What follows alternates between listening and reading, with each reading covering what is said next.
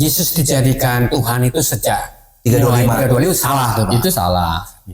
Justru malah itu membuktikan bahwa sebenarnya gereja-gereja sebelum tahun itu pun mereka sudah seperti itu ya imannya, Pak. Betul. Lebih banyak yang percaya begitu. Ada sih bidat-bidat. Saya juga menyebutnya bidat-bidat karena Alkitab sendiri sebenarnya mengajarkan Yesus adalah Allah gitu.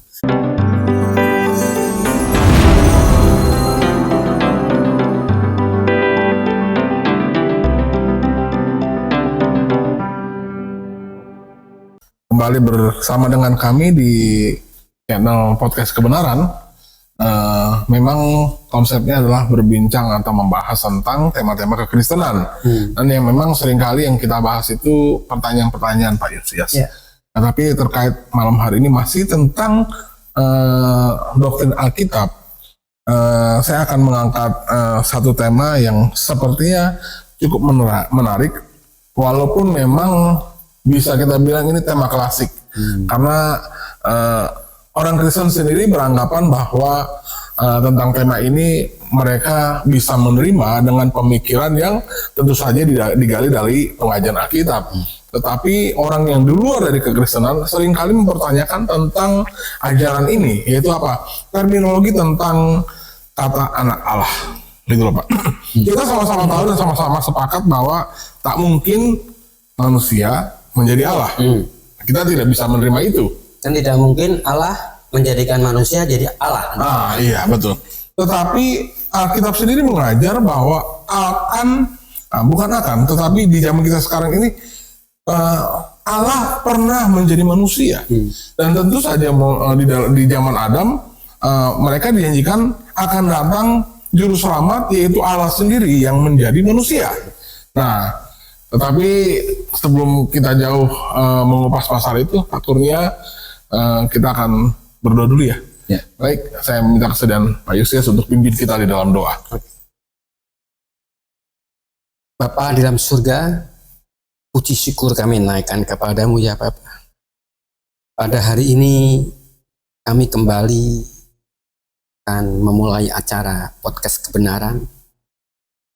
Acara ini adalah acara di mana kami mewartakan kebenaran firman, karena banyak orang-orang yang tidak paham, bahkan tidak mengerti, sehingga bila mana mereka membaca firman-Mu, mereka menafsirkan sesuai kehendaknya sendiri. Nah, kami sebagai umat-Mu layak untuk meluruskan pandangan yang salah mengenai pengertian di dalam ayat-ayat Alkitab. Pimpin acara kami, itu juga berkatin mereka yang setia mengikuti acara ini ya Tuhan. Di dalam nama Tuhan Yesus Kristus kami telah berdoa dan mengucap syukur. Amin. Baik, ujilah segala sesuatu dan penolong yang baik. Kami ada di sini tentu sebenarnya tidak berniat untuk menyerang siapapun juga, tidak memiliki kepentingan untuk menentang ajaran siapapun juga, atau apapun juga, keyakinan siapapun juga, keyakinan apapun juga. Anda perlu disclaim itu supaya Anda cukup paham. Kami ada di sini untuk menjelaskan kebenaran yang sesuai dengan kami yakini yang ada di dalam Alkitab. Lagi-lagi tentang terminologi anak Allah. Saya sering perhatikan Pak Gembala di podcast kita ini ada komentar-komentar yang sebenarnya agak menohok. Gitu. Kenapa saya bilang menohok? Mereka seringkali berkomentar tetapi membuat justifikasi sendiri menurut pemahamannya tentang ketuhanan Yesus Kristus, yang beranggapan bahwa orang Kristen ini percaya kepada manusia yang diangkat menjadi Tuhan. Nah, ingat ya, kepada manusia yang diangkat menjadi Tuhan, Baik dari manusia maupun dari Allah, maksudnya begitu? iya, bisa jadi begitu juga. Atau mungkin mereka beranggapan bahwa kita percaya kepada nabi, nabi yang akhirnya menjadi Tuhan, gitu loh. Kenapa begitu kok? Karena saya lihat di kolom komentar, percaya kepada Tuhan yang bisa dibunuh, percaya kepada Tuhan yang bisa disiksa, percaya kepada Tuhan yang bisa mati, gitu. Terus ada lagi, Tuhan kok dihukum sama Romawi ya? Tapi mereka nggak pernah ngomong setelah mati Tuhannya bangkit, mereka nggak ngomong itu gitu Pak. Oke lah, saya tertarik untuk buka di Kisah Para Rasul 2, Pak. Kisah Para Rasul 2 ayat 22, Pak Ayus boleh baca dari 22 langsung ke 36 ya Pak Ayus. Hai orang-orang Israel, dengarlah perkataan ini.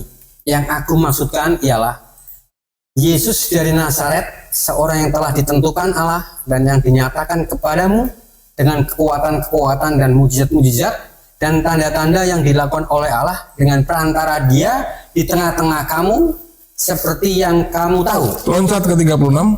Jadi seluruh kaum Israel harus tahu dengan pasti bahwa Allah telah membuat Yesus yang kamu salibkan itu menjadi Tuhan dan Kristus. Nah, jadi berdasarkan ayat ini, Menurut pemahaman orang di luar daripada kekristenan, jadi yang dimaksud ini, yang diceritakan ini, mereka tahu ini adalah Yesus yang dimaksud. Iya. Jadi lewat dari ayat ini mereka menafsirkan ayat ini bahwa sebenarnya yang Yesus lakukan di tengah-tengah orang Israel itu dengan tanda-tanda dan mukjizat-mukjizat yang sebenarnya dilakukan di tengah-tengah kamu itu atas seizin Allah, dan kata dia, dan karena Allah sendiri bermaksud menjadikan Yesus itu yang tadinya manusia menjadi Allah. dijadikan Allah oleh Allah. Dijadikan Allah. Oleh Allah. Benar. Dijadikan Allah Dijadikan oleh Allah Allah. oleh Allah. Jadi Allah minta ada persaingannya gitu. Oh iya. Jadi bagaimana kira-kira Pak Kurnia Alkitab bisa menjelaskan pandangan-pandangan yang sebenarnya kita bilang miring seperti ini? Bagaimana kita orang Kristen bisa akhirnya membela iman kita dan menjelaskan kepada orang-orang yang sebenarnya menyerang Alkitab lewat pemahamannya sendiri yang seperti ini? Kira-kira seperti apa sih terminologi anak Allah ini? Gitu. Apakah orang Yahudi percaya kepada pemahaman yang sama bahwa akan ada Allah yang menjadi manusia? Itu loh. Jadi Pak Kurnia silahkan memberikan penjelasan yang sesuai dengan Alkitab.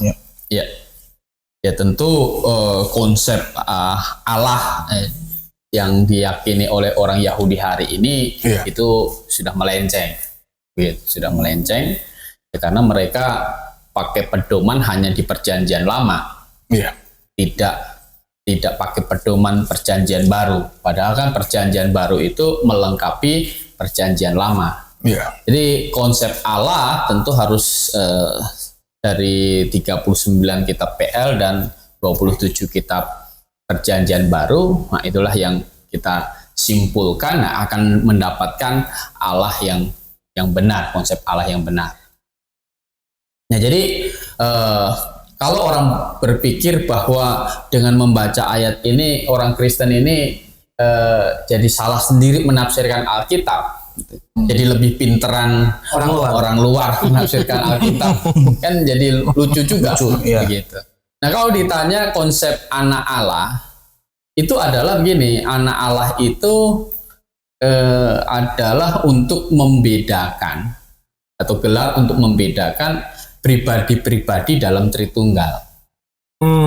Jadi Allah Bapa berbeda dengan Allah Roh Kudus, berbeda dengan Allah Anak. Nah, jadi Allah Anak atau anak Allah itu adalah sebutan atau gelar untuk membedakan pribadi dari Yesus Kristus sebelum dia inkarnasi menjadi manusia. Gitu. Konsepnya seperti itu. Jadi kalau tidak memahami Allah secara Tritunggal, sebenarnya nggak bisa menafsirkan Alkitab. Gitu. Nggak bisa berarti ya Pak ya? Jadi akan konslet sendiri. Oh, Allah menjadikan Allah dua Allah dong. Nah, kan jadinya mereka nafsirkannya seperti itu. Karena begini, Alkitab sendiri menyatakan tentang pribadi Tritunggal ini kan.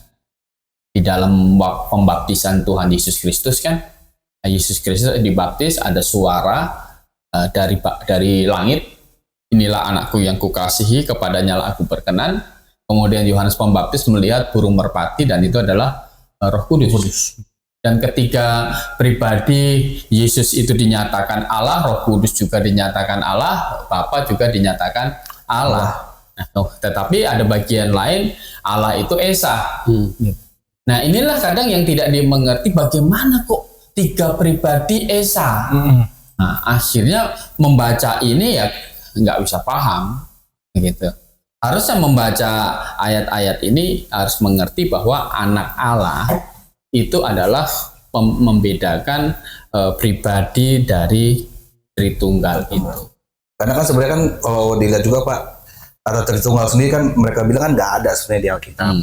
Nah cuman berarti yang tadi Bapak katakan, kalau tidak memahami konsep daripada Tritunggal itu sendiri, maka ya nggak akan ngerti kenapa bisa ada kata istilah Tritunggal gitu ya Pak. Nggak bisa paham sebenarnya, jadi nggak bisa paham membaca Alkitab ini. Berarti kata Tritunggal itu sebenarnya secara literal tidak pernah ada tertulis dalam Alkitab. Tetapi itu adalah hasil dari penggalian yang akhirnya membuat kesimpulan yang dipelajari di dalam Alkitab, yang memang pribadi itu jelas-jelas pernah disebutkan di dalam Alkitab dalam persepsi yang terpisah. Betul. Begitu ya Pak?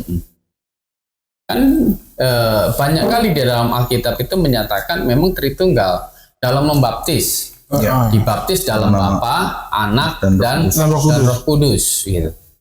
Jadi setara gitu. Di dalam salam rasul-rasul juga demikian kan gitu.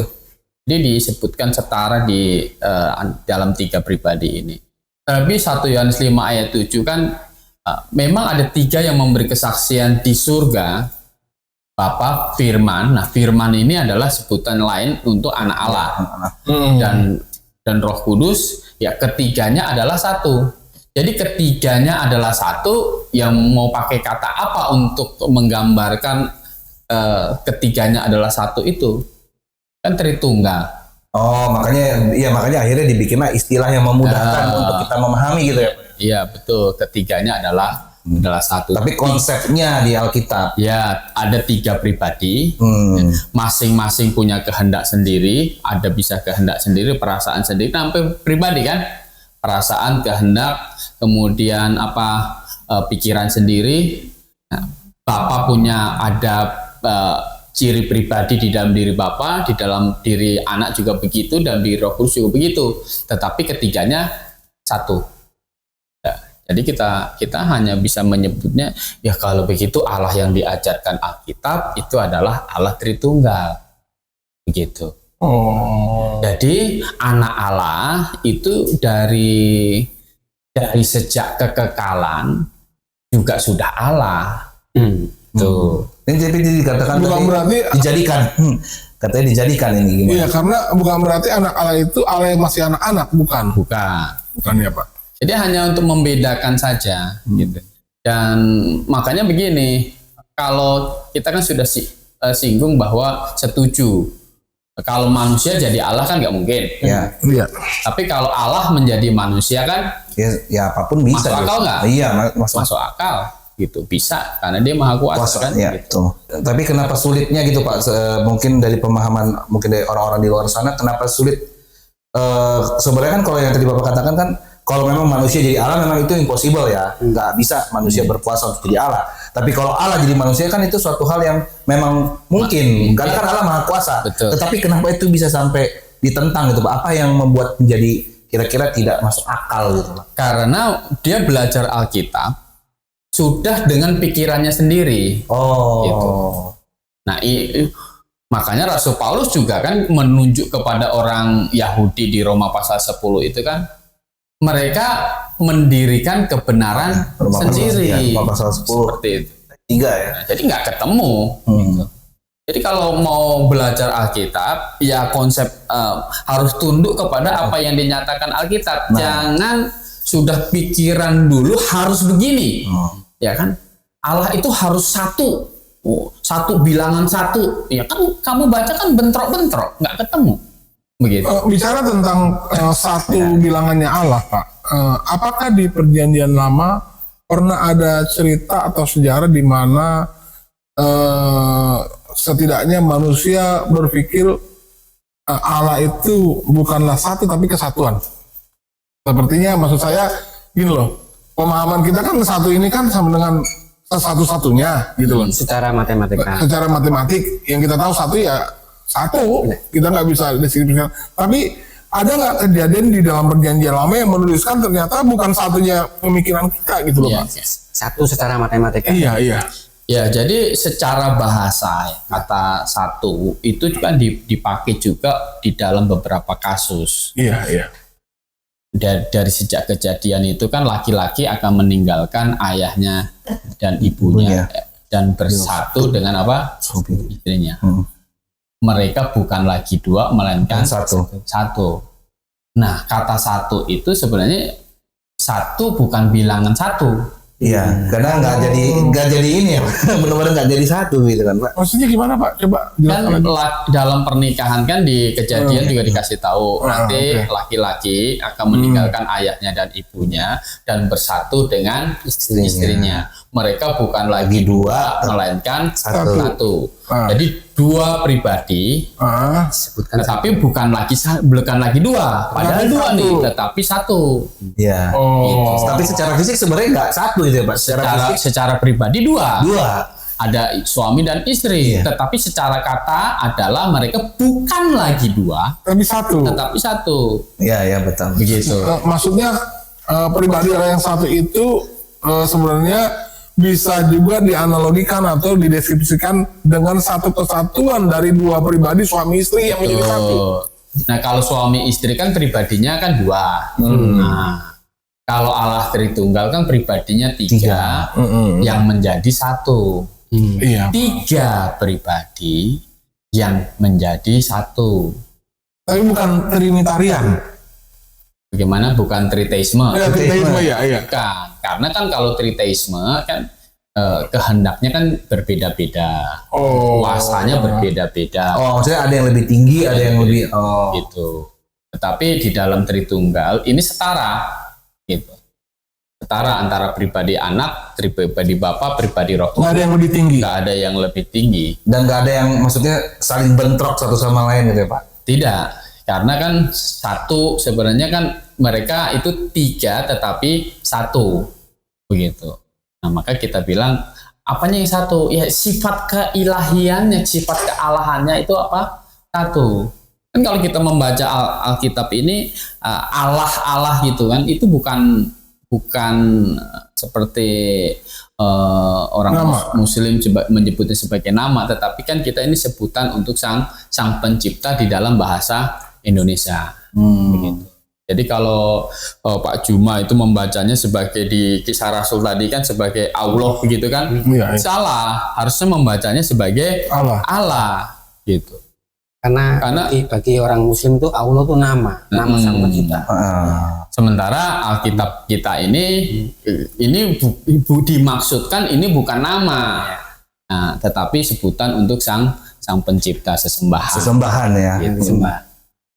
Jadi sebenarnya memang udah dari situ aja sudah ada kesalahan dalam konsep pemikiran ya, Pak. Bahkan dalam membacanya pun jadi juga udah salah ya. Sehingga ya nggak heran kalau misalkan akhirnya jadi miring ini konklusi dari jawaban dari bacaannya beliau gitu ya. Ya, jadi sebenarnya kan Allah menjadi manusia.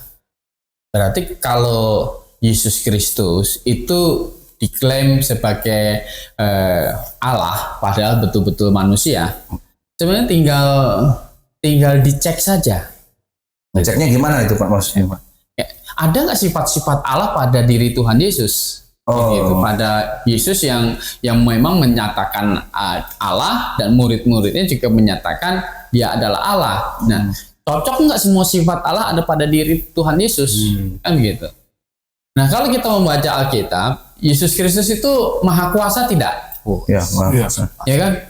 Tapi berdasarkan dari tadi yang ayat yang kita baca, lagi-lagi menurut Zuma bahwa kuasa yang Yesus lakukan itu adalah atas seizin Allah atau atas perintah Allah gitu loh, Pak. Jadi dia bisa lakukan itu seperti Allah transfer energi dan akhirnya Yesus yang menjadi menjadi corong kekuatannya Allah akhirnya melakukan mukjizat itu demi melaksanakan perintah Allah. Jadi sama aja kayak nabi-nabi umumnya ya. Jadi mereka bisa buat mereka akhirnya mengambil kesimpulan ya dia setara dengan nabi, atau sebenarnya pemahaman yang akhirnya dibuat oleh Pak Zuma ini sepertinya dia menafsirkan bahwa Yesus akhirnya adalah memiliki Allah.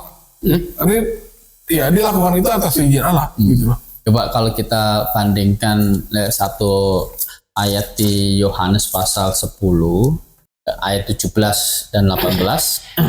Bapa mengasihi aku oleh karena aku memberikan nyawaku untuk menerimanya kembali.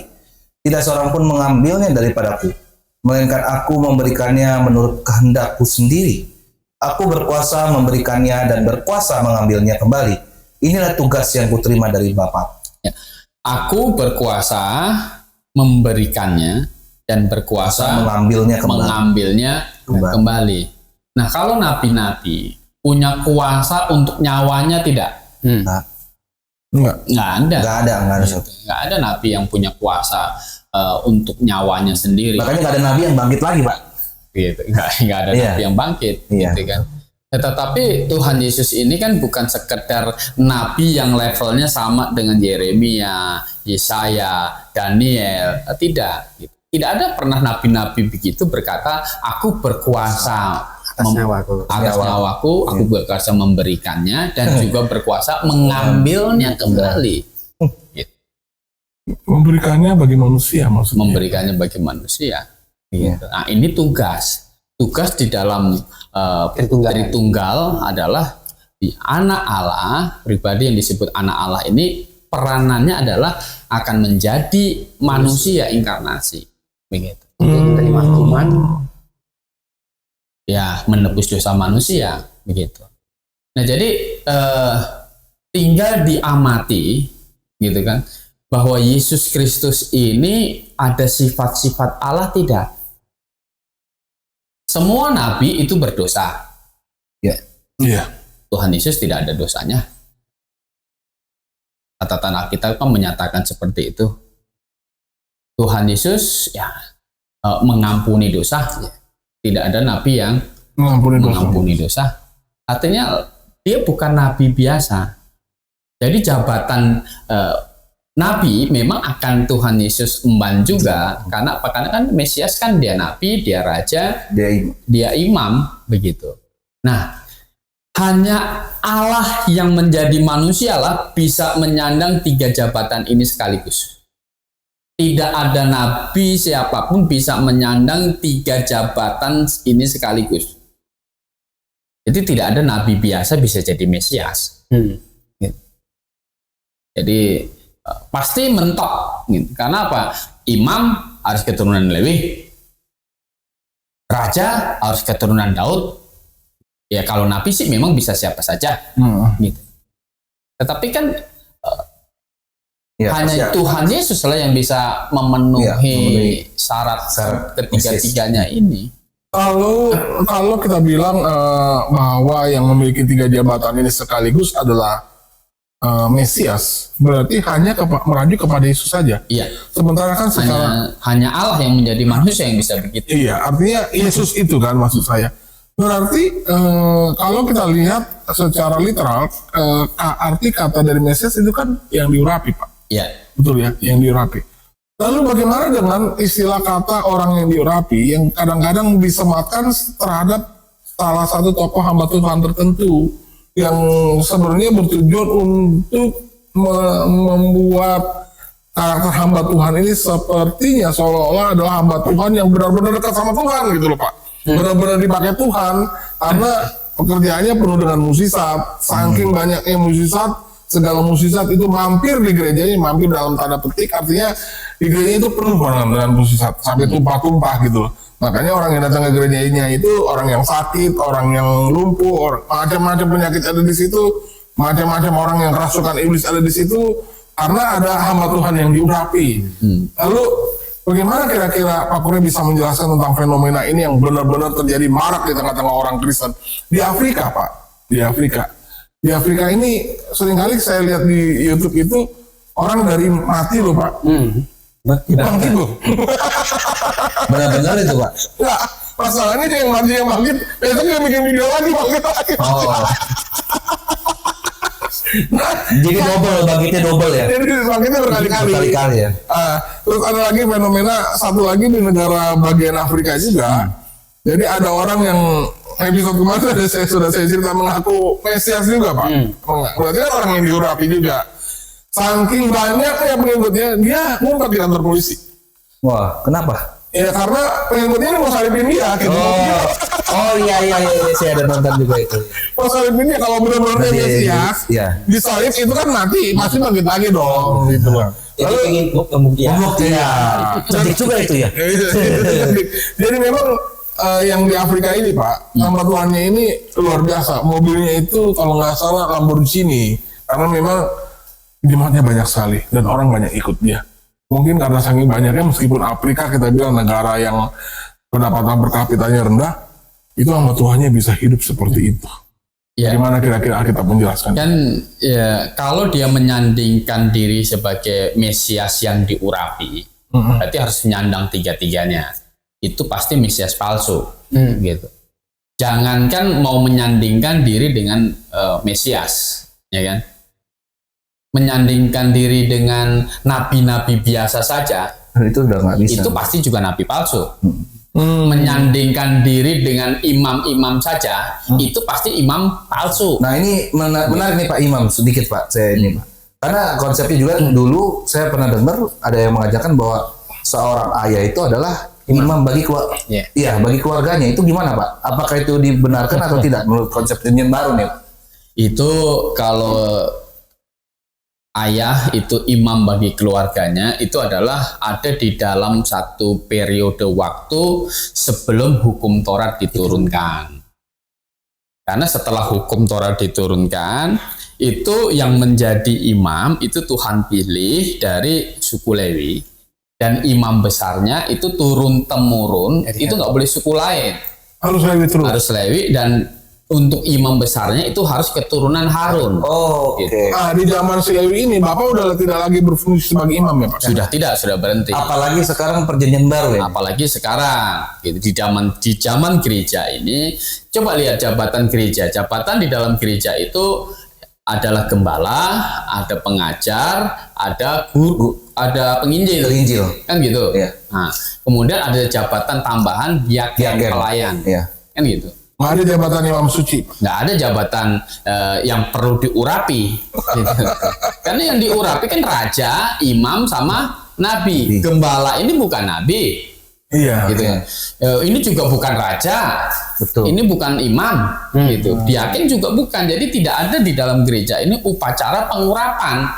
Oh, Berarti orang Kristen sendiri bahkan tidak bisa dong disebut anak Tuhan yang diurapi, hamba Tuhan yang diurapi. Oh enggak, kan pengurapan itu kan ada prosesi penuangan minyak seperti Samuel mengurapi Daud, Iya. mengurapi Saul, Iya. kan seperti itu. Nah, jadi ada pengurapan begitu. nah tapi terus kalau begitu pengurapan yang dimasukkan yang oleh Roh Kudus itu, apakah kita nggak bisa dibilang kita juga sebenarnya orang yang diurapi gitu Pak? Tapi melalui oleh Roh Kudus dan sekali seumur hidup. Ya kita kan dimeteraikan dengan pengurapan Roh Kudus itu bukan pengurapan menjabat sesuatu. Oh. Tetapi itu adalah Roh Kudus diam di dalam hati kita. Bukan ada jabatan sesuatu, oh jadi nabi, nggak ada begitu. Sementara pengurapan di dalam perjanjian lama itu adalah pengurapan untuk menjabat sesuatu. Nabi, imam, raja ini jabatan. Gitu. Itu butuh prosesi yang tadi Bapak bilang ya. Sedangkan yang Roh Kudus ya semua orang kan terima gitu. Kita nggak jabat apa-apa. Gitu. Karena ntar ada lagi nih Pak, sedikit baptisan Roh Kudus lagi Pak. Ini mana? Ini dulu. Iya, ini soalnya nih imam dulu nih. Nah, iya ini Imam, ya kan? Pertanyaan imam itu fungsinya apa? Iya betul. Dalam perjanjian lama supaya jelas. Imam itu fungsinya apa di perjanjian lama? Kemudian di perjanjian baru kan tidak ada imam. Kenapa tidak ada imam gitu? Iya. Supaya penonton pemirsa itu lebih jelas. Betul. Fungsi imam itu apa? Kenapa di perjanjian lama ada, di perjanjian baru tidak ada gitu. Iya. Tapi ada gereja yang masih ada. Nah itu tuh. Ini nih kenapa saya suka sama Pak Yus, saya biar bisa lengkapin. Oke, di zaman perjanjian lama ada imam. Lalu keimamatan seperti apa yang Yesus kenakan? Di perjanjian lama ada raja. Apa bedanya raja-raja di perjanjian lama dengan Yesus yang datang sebagai raja? Lalu di perjanjian lama ada imam. Apa bedanya keimamatannya orang Lewi dengan keimamatan Yesus? Oke, maksudnya gitu ya Pak Yus ya? Ya. Boleh Pak. Ya kalau di dalam perjanjian lama itu kan fungsi imam itu adalah wakil manusia kepada Allah. Oh, berarti jadi disebut pengantara, Pak ya? Ya pengantara kepada Allah. Nah, tugas imam itu nanti dia yang bikin prosesi untuk pengorbanan. Iya, oke. Gitu. Kalau nabi itu wakilnya Allah kepada manusia, juru bicaranya Allah kepada manusia. Jadi antara Allah dan manusia itu ada sekat, perantara gitu, ada jarak begitu. Nah kalau raja ini adalah penggantinya Allah untuk mengatur hubungan antar manusia. sipil, ya, pemerintah ya Pak. Tadinya kan sebenarnya rajanya langsung adalah Allah. Cuma Di zaman teokrasi. di zaman teokrasi rajanya langsung adalah Allah. Cuma orang Israel ngotot mau raja manusia. Maka kepilihlah Saul dan akhirnya turun temurun ada raja manusia.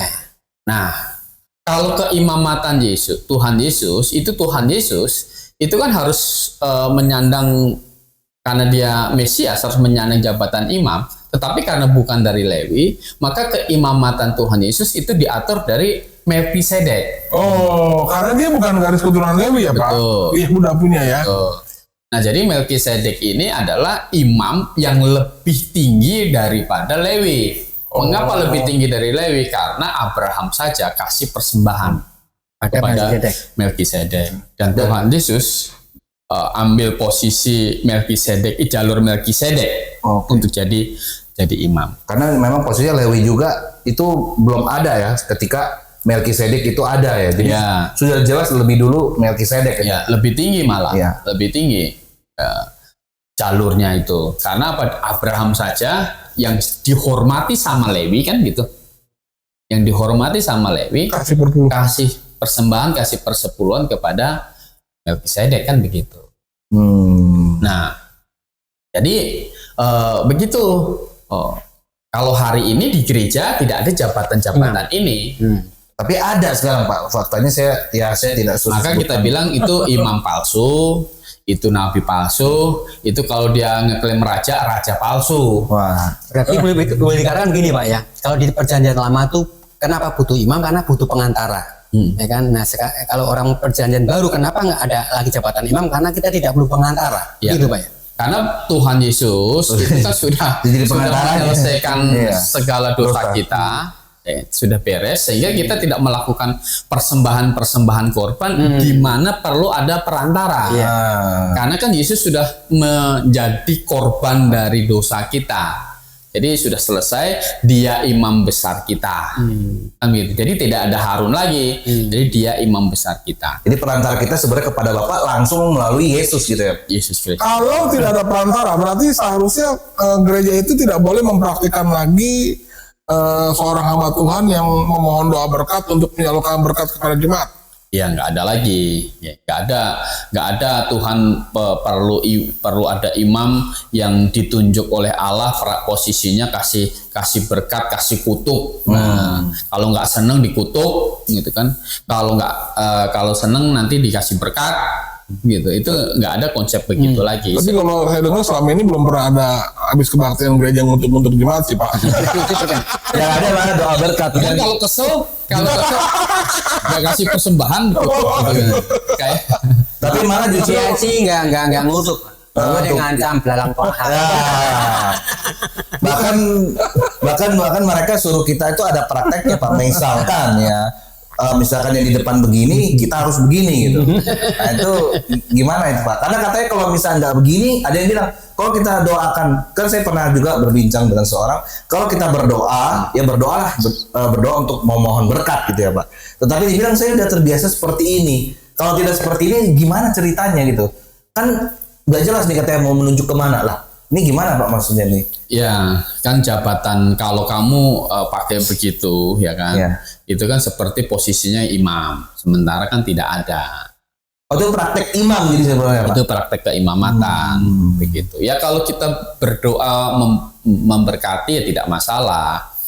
Karena kan kita malah disuruh bukan hanya kepada jemaat, malah orang yang menganiaya kita, engkau harus memberkati, jangan mengutuk, kan begitu. Apalagi kepada jemaat, saudara seiman, kayak gitu. Bagaimana kita kutuk, gitu kan? Nggak mungkin juga. Tapi bukan dengan praktek.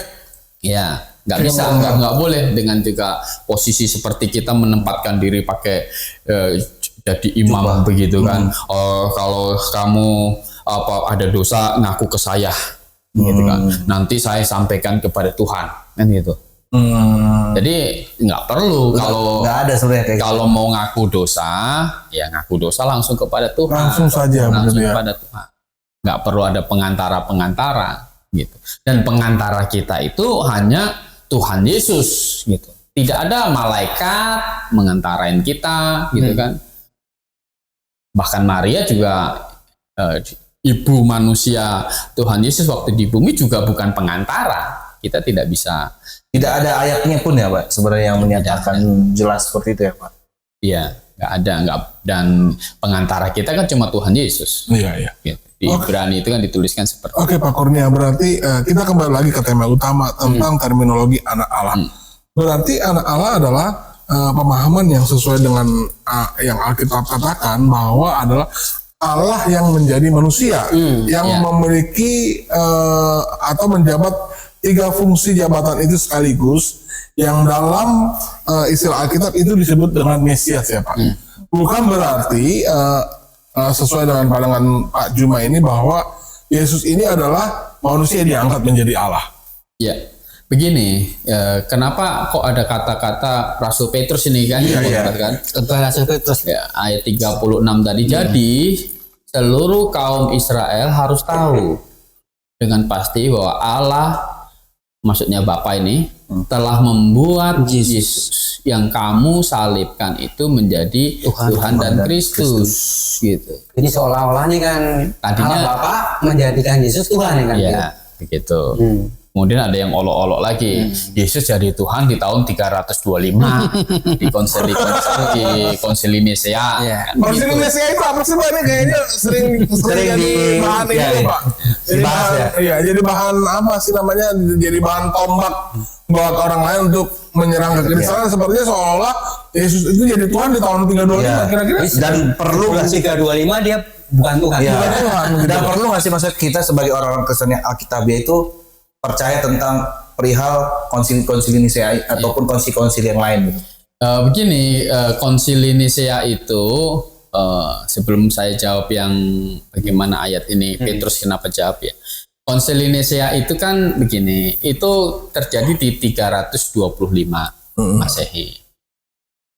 Ini adalah konsil pertama setelah Romawi mengakui agama Kristen sebagai agama negara.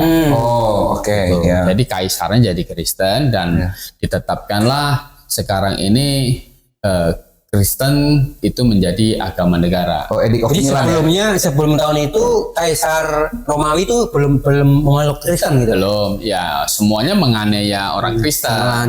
Justru menganiaya orang Kristen ya. Membakar Alkitab, gitu kan. Mengadu orang Kristen dengan binatang buas. Ada yang dijadiin obor gitu ya. Nero kan itu orang Kristen ditangkap-tangkapin menjadi obor, itu dikasih ter aspal begitu, baru disulut dengan api begitu. Baru Konstantin itu adalah kaisar pertama yang akhirnya menjadi Kristen, dan dia akhirnya kan membuat gereja kan di Roma. Jadi maka gereja Roma Raya gitu, atau gereja Roma Katolik gitu, maksudnya raya itu seluruhnya itu kekaisaran Roma harus menganut agama Kristen gitu. Oh, jadi semua warga Roma. Karena kan Roma kan pada waktu itu masih adalah kerajaan yang menguasai dunia. Oke. Gitu. Jadi dia punya otoritas, punya kuasa. Sekarang kita gereja ini, gereja Roma ini menjadi gereja semesta. Nah, akhirnya semua gereja itu didesain harus seperti Roma, gitu. Nah, supaya sama dibuatlah konsili. Nah, jadi konsili yang dibuat di backup oleh Konstantin, yaitu konsili Nisea ini. 325 Yang dimaksud itu. sama apanya? Sama imannya atau sama pemahaman Alkitabnya? Ya sama imannya, orang Kristen harus sama dengan ini, makanya bikin pengakuan iman. Jadi konsili Nisea itu adalah bikin pengakuan iman supaya orang yang mau yang begini, yang mau menyebut diri kamu orang Kristen, ini loh imannya. Gitu konsili Nisea itu. Nah, jadi di konsili Nisea itu masih cukup baik sebenarnya yang ditetapkan. Disitulah menyatakan orang Kristen harus percaya Yesus Kristus itu Tuhan. Gitu. Tetapi itu bukanlah penetapan begini. Mulai dari situlah Yesus jadi Tuhan, tidak begitu. Tetapi gereja-gereja yang dulu-dulu itu punya iman sudah begitu. Oh, Yesus adalah Tuhan. Yesus adalah Itu Tuhan. sebenarnya udah menjadi pembuktian ya Pak, dari sebelum adanya konsili itu sebenarnya gereja-gereja yang tadi Bapak bilang sebenarnya imannya sudah seperti itu ya. Seperti. Akhirnya ada konsili itu mereka kumpul gitu ya. Berarti konsili ini sama dengan pernyataan iman bersama. Pernyataan iman bersama, tetapi kan ini menjadi seperti undang-undang negara. Nah, ini kesalahannya mungkin di sini. Nah, kesalahan jadi begini. Jadi mereka yang menyebut Yesus itu bukan Allah, kan ada ajaran-ajaran sesat juga, gitu. Itu akhirnya apa? Jadi musuh negara. Jadi musuh negara disikat, gitu. Dianggap bidat, ya kan? Itu dibunuh, gitu, dihukum jadinya, gitu. Dari situ lah berkembang persepsi jadi orang Kristen membunuh orang gitu Bang. Nah, ya jadilah yang tadinya berbalik. Tadinya sebelum gereja bersatu dengan negara, orang Kristen dianiaya oleh kaisar. Ya kan? Sekarang setelah Konsili Nisea ini ada gereja bersatu dengan negara dengan Konstantin sebagai disatukan oleh Konstantin itu. orang Kristen bunuh orang Kristen jadi. Nah, jadi kejadian seperti itu. Gereja menghancurkan, gereja mau merusak gereja sendiri, gereja yang tidak mau sepakat dengan dia. Gereja negara. Jadi itu dampak negatif dari gereja bersatu dengan negara. Karena iman gereja itu bisa menjadi undang-undang negara. Jadi pemahaman di luar sana bahwa Yesus dijadikan Tuhan itu sejak 325 itu salah tuh Pak. Itu salah. Justru malah itu membuktikan bahwa sebenarnya gereja-gereja sebelum tahun itu pun mereka sudah seperti itu ya imannya Pak. Betul. Lebih banyak yang percaya begitu. Ada sih bidat-bidat. Saya juga menyebutnya bidat-bidat karena Alkitab sendiri sebenarnya mengajarkan Yesus adalah Allah gitu. Nah, kembali kepada Kisah Rasul pasal 2. Kenapa kok Petrus ini kan bilang, jadi kaum Israel harus tahu Allah telah membuat Yesus yang kamu salibkan itu menjadi Tuhan dan Kristus. Begini, ini harus difahami bahwa ini kan Petrus ini berkhotbah di hadapan orang Yahudi yang berpikir Yesus itu penghujat Allah. Itu konsepnya begitu. Iya, kan? Konsep yang diedarkan. Makanya disalib ya Pak. Iya, karena beredar dari setelah Yesus disalib juga kan, ya kan? Ada beredar berita bahwa Yesus itu tubuhnya dicuri sama murid-muridnya, dusta agama. Para agama bikin dusta. Gitu. Sama dengan prajurit Roma. Nah, ini kejadiannya kan di hari Pentakosta. Gitu. Di hari raya Pentakosta itu hari ke-50 dari Paskah. Nah, Paskah pada waktu ini kejadian adalah tepat pada waktu Yesus itu disalib. Ya. Gitu. Nah, kan Yesus itu 40 hari menampakkan diri. Ya. Naik ke surga kan gitu. Nah, jadi ini 10 hari kemudian. ya bukan dari kebangkitan, Iya, dari tapi dari kematian. kenaikan 10 hari setelah kenaikan. Bukan dari kenaikan, karena ini 50 hari dari kematian. Oh, 50 hari itu. Gitu. Jadi ini 50 hari dari Yesus disalib. dari kematian Yesus disalib. Nah, kemudian ini kan orang udah pada datang dari orang Yahudi yang dari mana-mana datang. Mereka semua kan berpikir Yesus itu adalah penghujat. Kan begitu? Ya disalibkan semua. Karena disalib ya gitu. Ya, semua orang Yerusalem tahu itu. Iya, disalib. Karena setelah Yesus naik ke surga, kan yang menjadi Kristen kan dicatat kan di Kisah Rasul ini kan 120 orang saja. Lainnya itu berpikir Karena pemahaman orang Yahudi Pak pada saat itu kalau orang disalib itu adalah penjahat gitu Pak. Iya, penjahat, itu terkutuk kan begitu. Ya. Nah, orang-orang ini kan tidak dibuktikan satu-satu oleh Tuhan Yesus, dia bangkit kan? Tuhan Yesus membuktikan dirinya bangkit kan kepada murid-muridnya. Nah, orang-orang ini kan Menyaksikan. datang dari jauh, dengar-dengar Yesus itu adalah penghujat, gitu. Penyesat Yahudi gitu ya. Gitu. Nah, Petrus di sini mau membantah pikiran itu, gitu. Yang sudah Pikiran salah. orang-orang Yahudi. Pikiran orang-orang Yahudi yang salah itu. Pikiran bangsanya sendiri. Betul, bahwa Yesus itu penghujat. Ya. Dengan apa? Dia mengutip bahwa ini Daud, ya kan, ayat 25 itu. Iya, Ya kan?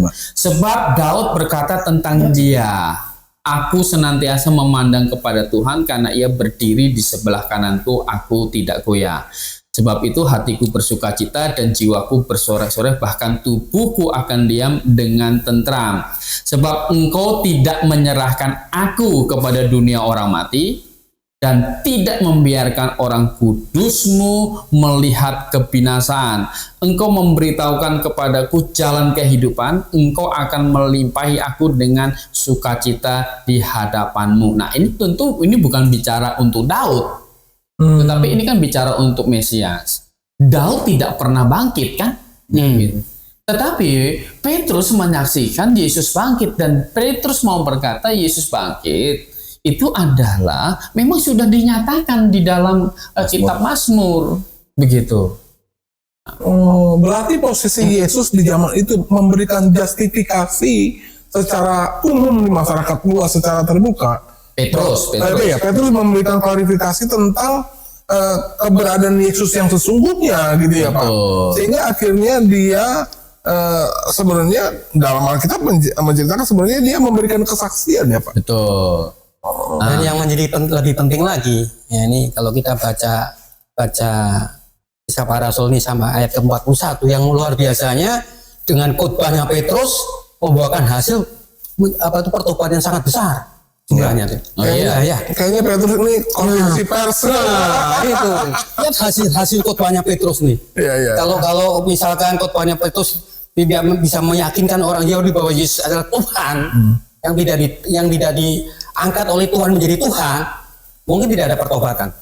Ya, karena kan sama sekali nggak masuk akal gitu Ya. Pak. Ini pertobatan sampai 3.000 orang. jiwa. Ayat 41. Kalau memang bisa baca itu. kalau memang itu jadi manusia jadi Tuhan, Iya, ini hasil dari Petrus. Gimana Pak? Ya, ayat berikutnya ayat 41. Orang yang menerima perkataannya itu memberi diri dibaptis dan pada hari itu jumlah mereka bertambah kira-kira 3.000 jiwa. Ini yang menjadi apa? Menjadi Kalau yang percaya itu 3.000 berarti yang datang bisa lebih. Ya lebih karena kan seluruh orang Yahudi dari berbagai tempat kan datang ke situ, ditambah dengan orang Yahudi yang sudah ada di situ. yang ada tinggal di situ, begitu. Jadi banyak. Istilahnya Dan ini itu hari raya besar. mudik gitu ya Pak. Mereka mudik ya Ini Pak. kan hari Pentakosta kan hari raya besar. Ya, mereka mudik. Jadi mereka harus 3 kali setahun datang ke Yerusalem. Kan Bait Allah masih ada waktu itu. waktu Petrus khotbah, Betul. Bait Allah masih ada. Jadi hari raya Paskah mereka harus datang, hari raya Pentakosta harus datang, hari raya Pondok Daun harus datang. Ini 3 hari raya besar. Orang Yahudi dewasa itu harus datang pada hari perayaan ini di Yerusalem. Wah, gitu. Jadi momen itulah Rasul Petrus itu mau menyatakan, kalau kamu berpikir Yesus itu penghujat, justru salah, gitu. Dia itu adalah Tuhan, gitu. Dia Tuhan, dia itu Kristus, dia itu Mesias. Berarti dia selama ini dijanjikan itu ya. Dia yang dijanjikan. Gitu. Dia kutip kitab Mazmur itu kan bahwa Daud itu kan yang ngomong, tapi kan Daud ngomong tidak bangkit. Iya. Ya. Paulus bilang dia ini saksi dari kebangkitan Yesus itu, begitu. Makanya dia bilang, aku ini bilang orang Israel harus tahu dengan pasti. Itu tadinya kan mereka pikir Yesus itu penjahat, karena sampai disalibkan, gitu kan. Terus dengar-dengar dari orang Yahudi, kenapa dia sampai disalibkan? Itu penghujat, kan gitu, penghujat. Nah, seperti itu. Nah, tetapi kan setelah kebangkitan, Petrus, murid-murid kan menjadi yakin, dan Petrus ini mau meyakinkan kawan-kawan sebangsanya yang lain. Berarti memang kondisi hari-hari di mana setelah Yesus disalibkan dan akhirnya menjadi bangkit, berarti kan itu sudah 50 hari. Berarti memang berita itu masih masih hot ya, luar biasa ya Pak ya. Masih.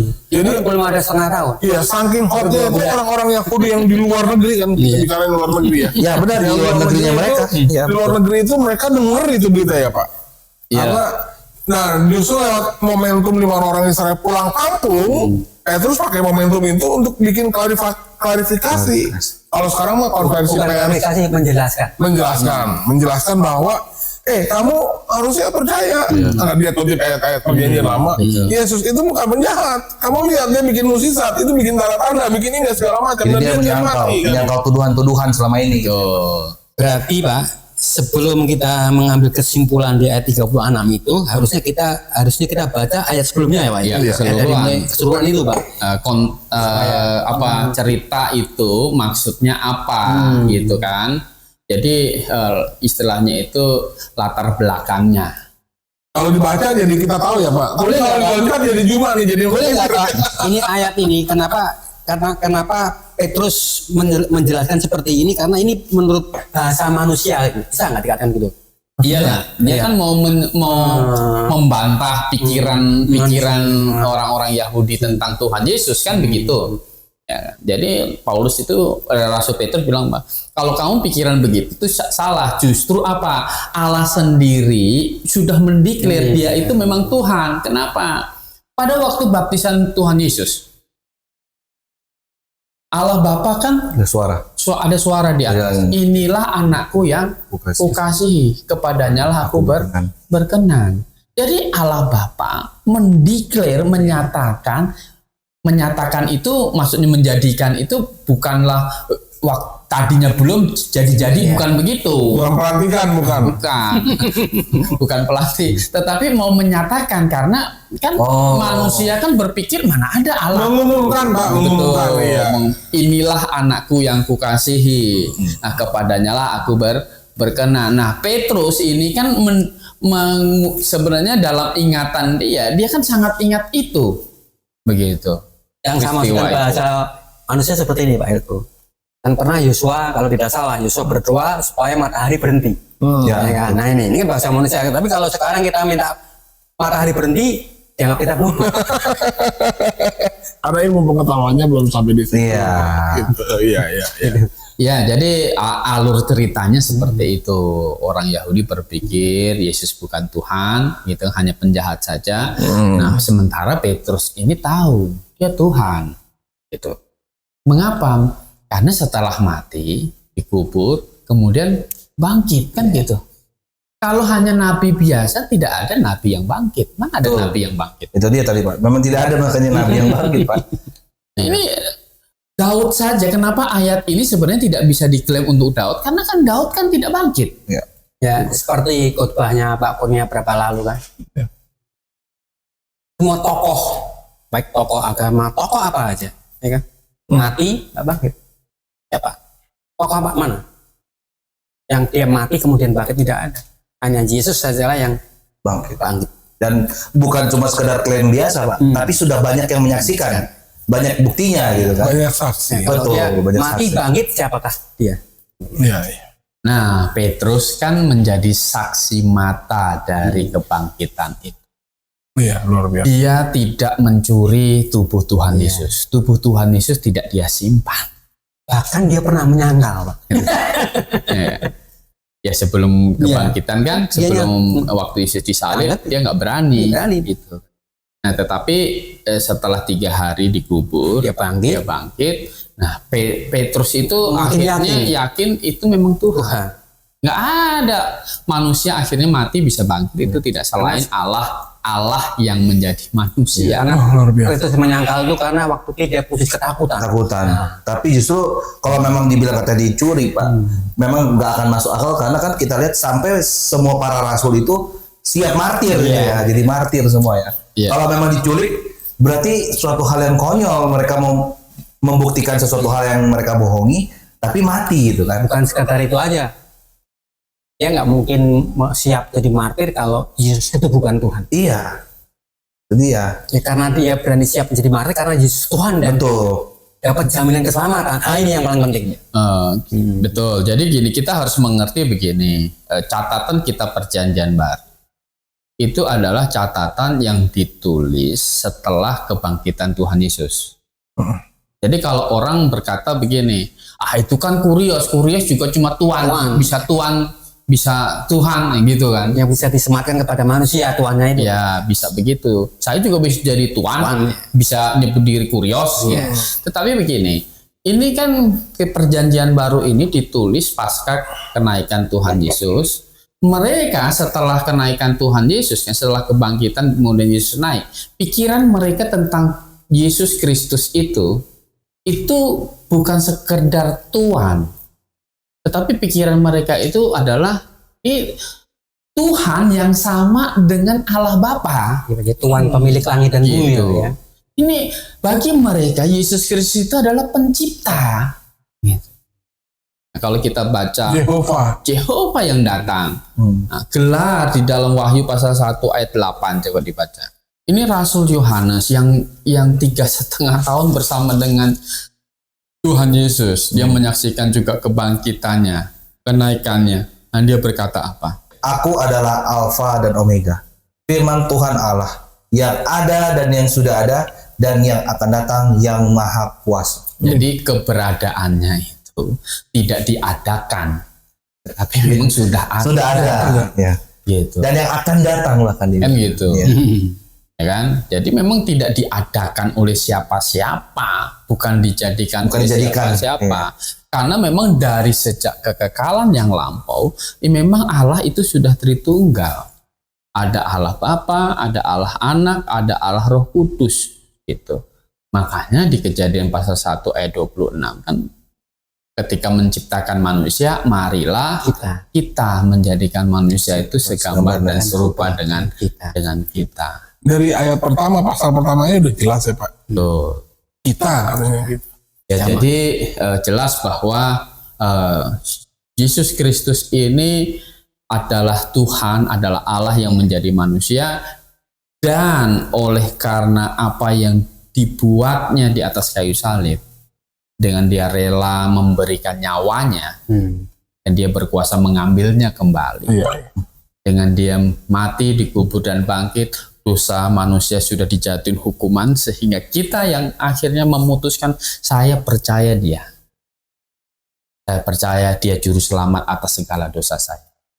Kita bisa diselamatkan. Kita mendapat pembenaran seperti itu. Amin. Ya, jadi salah kalau menafsirkan Yesus dijadikan Tuhan di Kisah Rasul pasal 2 ini. Iya. Oke Pak. Allah menjadikan manusia menjadi Allah. Jadi ada Allah kedua.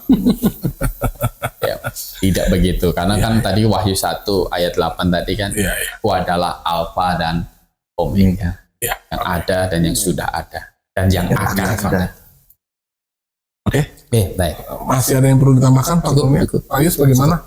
Baik, saudara, Anda sudah menyaksikan begitu panjang penjelasan dari awal sampai dengan akhir. Kalau Anda ingin membaca Alkitab, saran saya sebenarnya Anda harus menundukkan logika Anda di bawah otoritas Bukan Alkitab. menghilangkan logika, Iya, menghilangkan logika. tapi tunduk. Supaya apa? Supaya Anda bisa menyelaraskan logika Anda dengan logika yang diajarkan oleh Alkitab. Lalu saat Anda membaca Alkitab, Alkitab itu buku yang memang ditulis, ya kita bilang buku karena sekarang sudah menjadi buku. Tetapi lebih jelas lagi adalah pewahyuan yang ditulis oleh perantaran nabi-nabi atau rasul-rasul. Berarti memang redaksinya itu adalah Allah sendiri. Justru tidak pernah bertentangan dengan akal sehat. Bukti bahwa Allah adalah Maha Tahu, bahwa Dia mencatat segala kejadian secara rinci, secara detail, berurutan dan sistematis. Jadi Alkitab dibaca harus secara sistematis, tidak bisa dipisah, karena dia akan mempertanggungjawabkan dirinya sendiri. Jadi kalau Anda mencoba membaca Alkitab terpisah-terpisah dan Anda mencoba mengartikannya menurut logika Anda sendiri, maka saya bilang Anda sedang mengatur Tuhan. Tetapi kalau Anda cinta kepada kebenaran, di mana itu semua dituliskan secara lengkap di dalam Alkitab, dan di dalam Alkitab tidak perlu kitab lain untuk membuktikan diri bahwa Alkitab ini benar. Dia cukup membuktikan dirinya sendiri bahwa dia adalah kitab yang benar-benar dari Allah. Begitu ya Pak Kurnia. Dan jangan pakai kitab lain untuk menyerang Alkitab. Oh iya. Apalagi pakai pemikiran sendiri ya Pak ya.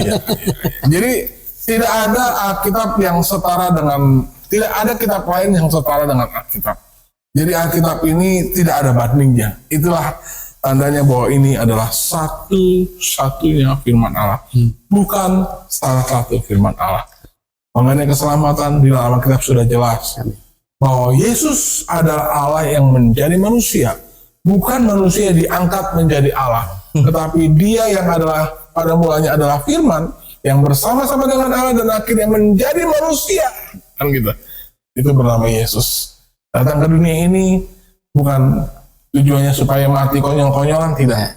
Tetapi dia mati bagi kita, memberikan nyawanya untuk kita.